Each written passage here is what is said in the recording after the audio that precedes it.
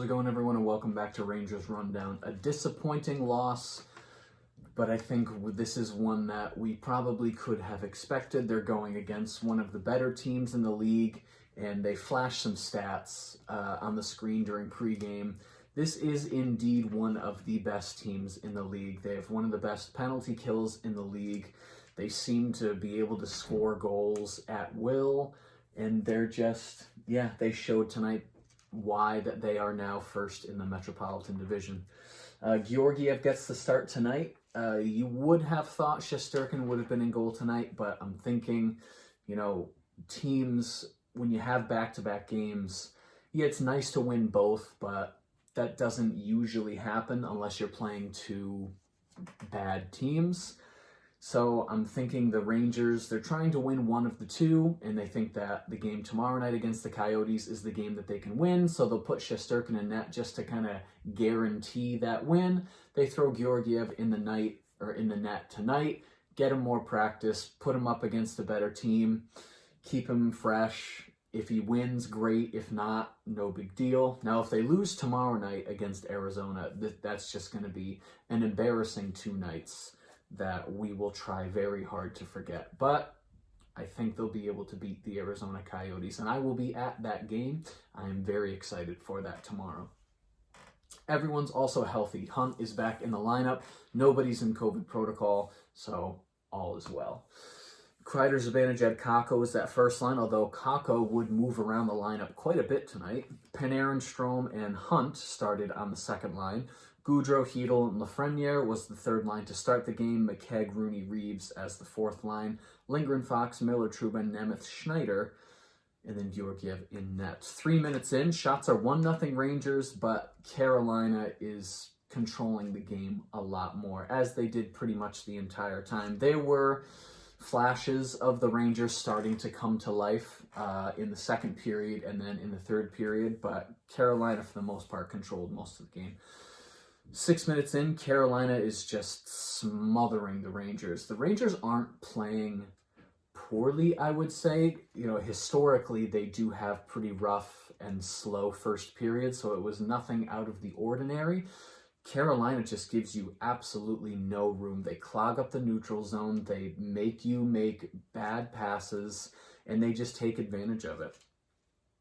Halfway through, the shots are 6-2 Carolina. They're just generating more chances. They're disrupting the play. The Rangers can't get anything set up. I don't think they had a single entire shift in the offensive zone the entire first period. 11:44, Trouba takes a slashing penalty, and during that power play, Trocheck would score. D'Angelo from the point, it was a deflection into the net. Nothing Georgiev can do about that. But shortly after, he makes a good save on Svechnikov. 3 minutes left in the period. The Rangers have not had a shot since 13 minutes and 30 seconds. So they wouldn't get another shot until 1 second left in the period. Trouba had a shot on net that, he didn't expect to be a goal, but I guess he just wanted a shot on net. So Rangers went 13 and a half minutes that period without a shot. They end the period with 4 shots total. But 17:21, Jarvis scores a goal, putting Carolina up 2-0. The puck bounced over Fox's hand. He was trying to stop it at the point to keep it in the zone. It bounces over his hand, and Carolina just comes out with it for a 2-on-1. No offense for the Rangers at all in that period. Shots 11-4 for Carolina. Rangers had 3 shots on goal pretty much the entire period until the end when Trouba got that last one. We move into the second period. Georgiev, big save, about a minute and a half in. 3 or 4 chances in a net front scramble shortly after that. So Carolina just plows right into the second period, trying to make it 3-0. And at this point, I'm just frustrated. And then at 3:33, Jesper Fast, he was one of my favorite Rangers when he was on the team. He scores a goal from top of the offensive zone, and I just think it's 3-0. Is this game over yet? I want to go to bed. Most of this game, I was spent discouraged on my couch. 6 minutes in, Hedl has a look around the net, and that's really all I could say positively about the Rangers' offense so far in the period. 6:29, Gaudreau knocks down Teravainen. He would go to the locker room. And then he fights with Kotkaniemi. Now, the fight didn't last long enough for it to be considered fighting, so they both get roughing penalties, but Kotkaniemi gets 4-minute roughing penalty. Gaudreau only gets 2, so the Rangers get a power play, and 6 seconds into that power play, Zibanejad would score a power play goal, which gives him a 7-game point streak. So good for him. That puts the Rangers 1 goal against Carolina's 3. So they're cutting that deficit. 2 goals is something that the Rangers can come back from. Up until that point, it was pretty much exactly the same as the Toronto game. Toronto goes up 3-0, Rangers come back. So you can't be 100% discouraged at this point. You can be pretty discouraged, and you rightfully should be discouraged about this game, but that kind of gave them some momentum for the rest of the period.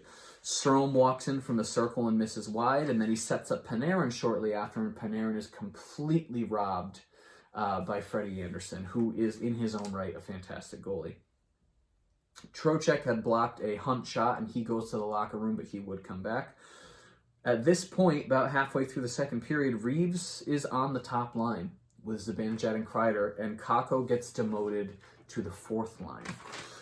Miller has a point shot that gets through. They're spending more time in the zone. 7 shots, 11 minutes into that second period, so they are generating more offense in this period.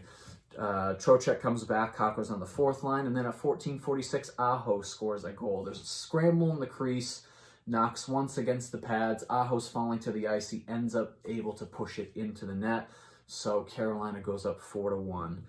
Kakko is then on the 2nd line towards the end of this period, so he's just getting moved all around. He hasn't scored a goal in 11 games, I think, if I remember what they said correctly. So he just needs to find a way to get going. 16-18, Cole takes a hooking penalty. Rangers take a timeout about halfway through that power play to keep the top unit out there, but nothing would happen. 19-32, Niederreiter scores a goal to make it 5-1 Carolina. It was a long shift, bad defensive positioning during that. It was a pass. He's right in front of the net. He's able to put it 5-hole. We get to the Hedl has a partial break towards the end of that period. Couple seconds left. Shot 16-10 for Carolina in that second period. So Rangers have improved from 4 shots in the first to 10 in the second. Still not exactly the position they'd like to be in, down 5-1. We get into the third period, 3.5 minutes in. Kreider has a shot from the top of the circle, but it doesn't go in. 4:36, Jarvis takes a hooking penalty. And then at 5:09, Kreider scores a power play goal, his 26th goal of the season. And then at 6:23, McKegg would score his first goal of the season. Reeves tries a backhand shot. There's a rebound right in front for McKegg. He puts it in the back of the net. So 6.5 minutes into the third period, the Rangers have cut this deficit in half. They started the period 5-1. 6.5 minutes in, it's 5-3. A little bit of life comes back to my face. I'm thinking, okay, if they can score another one and then maybe score one late in the period, maybe pull the goalie, try and get one late, push it to overtime, this is completely doable. The momentum is in the Rangers' hands. They just need to be able to run with it. Obviously, that didn't happen, but for a minute, we dared to dream. Carolina calls a timeout after the McKegg goal just to try and slow things down. Kreider crashes the net. The shots are 6-0 almost halfway through this period for the Rangers. 9 minutes in, Aho knocks Schneider down after the whistle, so the lines come together. Gaudreau doesn't like that, so he comes and confronts Aho.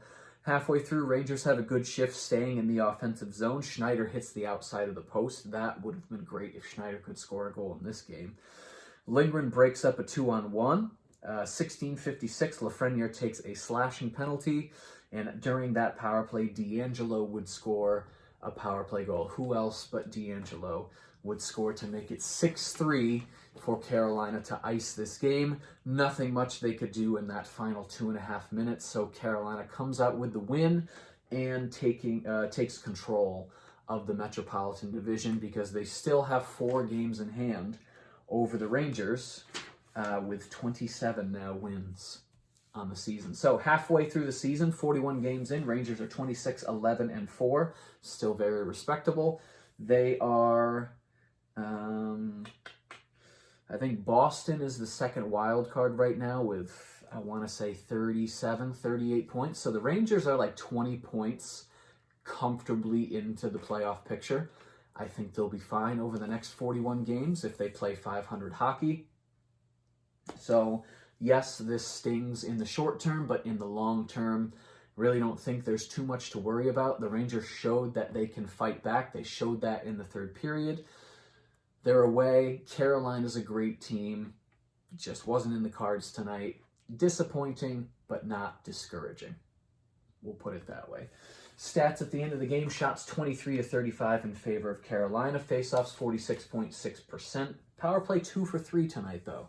So that's something that's a positive we can take away from this. The power play seems to be clicking again against one of the better penalty kills in the league. Hits 38-23 in favor of the Rangers, blocks 14 apiece. The trivia question of the evening: who was the last Ranger player to score their first 2 goals in the same game? So who was the last Ranger to score their first 2 Rangers goals in the same game? Reeves just did it the other night, but who did it before Reeves? It was back in 2013, April of 2013 against the Pittsburgh Penguins. It was Ryan Clough.